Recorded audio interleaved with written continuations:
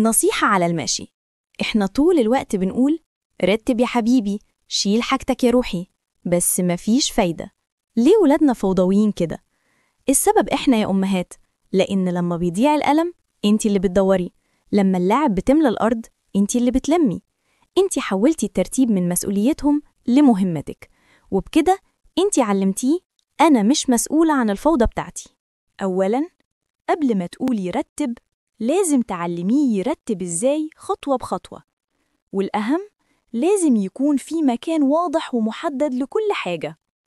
ثانياً، ده أهم جزء، لو ساب حاجته مبهدلة اوعي ترتبيها، لو حاجة ضاعت اوعي تدوري معاه عليها.